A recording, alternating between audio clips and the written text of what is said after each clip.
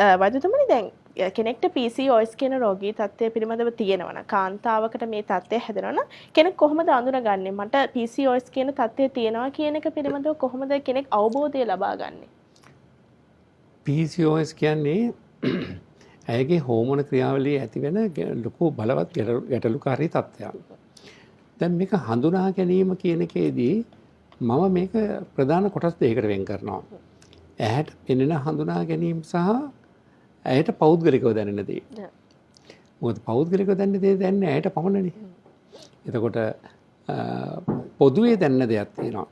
ඒ තමයි පොදුවේ දැනෙන දේ අපි කතා කරොත් ගොඩක් දුරට ඇගේ රූ සපුවට හානි වෙන දේවල් මේ PCOS කියන රෝගෙදී polycystic ovarian syndrome මේ තත්ත්වෙදී වෙනවා. ඒක තමයි ගොඩක් කාන්තාවන් අවිවාහකව ඉඳද්දිත් ඒ කියන්නේ තරුණ නව යෝන් කාලෙදිත් සිරුර තරබාරු වෙන්න ගන්නවා. තවත් කට්ටියක් ඉන්නවා විවාහ වුණයින් පස්සේ සාමාන්‍ය අපි කතාවට කියනවානේ බැන්දයින් පස්සේ කොහොමද ටිකක් මහත් වෙනවා කියලා. මේ බැන්දයින් පස්සේ මහත් වෙන බව ඇත්ත. හැබැයි තරබාරුව කියන්නේ ඊට වඩා වෙනස්.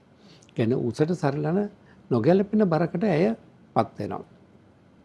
ඒ වගේම ඇයගේ චර්මයට සිද්ධ වෙන හානිකර තත්ත්වයන් තියෙනවා. චර්මයට සිද්ධ වෙන හානිකර තත්ත්වයන් කොයිතරම්ද කිව්වොත් ඇයගේ සිරුරේ ඇයගේ අපි නිකන් ගත්තොත් ගෙල ප්‍රදේශයේ මාලයක් දාලා වගේ කළු පාටට වටේට හැදෙනවා. ඒ වගේම කට දෙපැත්ත කළු වීම, චර්මයේ තැන් තැන් වල දුර්වර්ණ වීම, ඉකිලි කිහිලි කළු වීමත් ඉතාම බහුලව සිද්ධ වෙනවා මේ රෝගය නිසා. මේ තමයි දැන් බෙල්ල කළු වුණොත්, මුහුණේ අප පැහැ ගන්නුනොත්, කට දෙපැත්ත කළු වුණොත්, නායාවට කළු වුණොත් මේ දේවල් තව කෙනෙකුට පේන දේවල්නේ.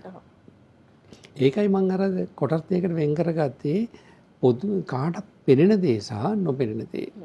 දැන් තව දෙයක් තමයි ඔබ දැකලා තියෙනවද කාන්තාවන්ට රැවුල ආපු අය.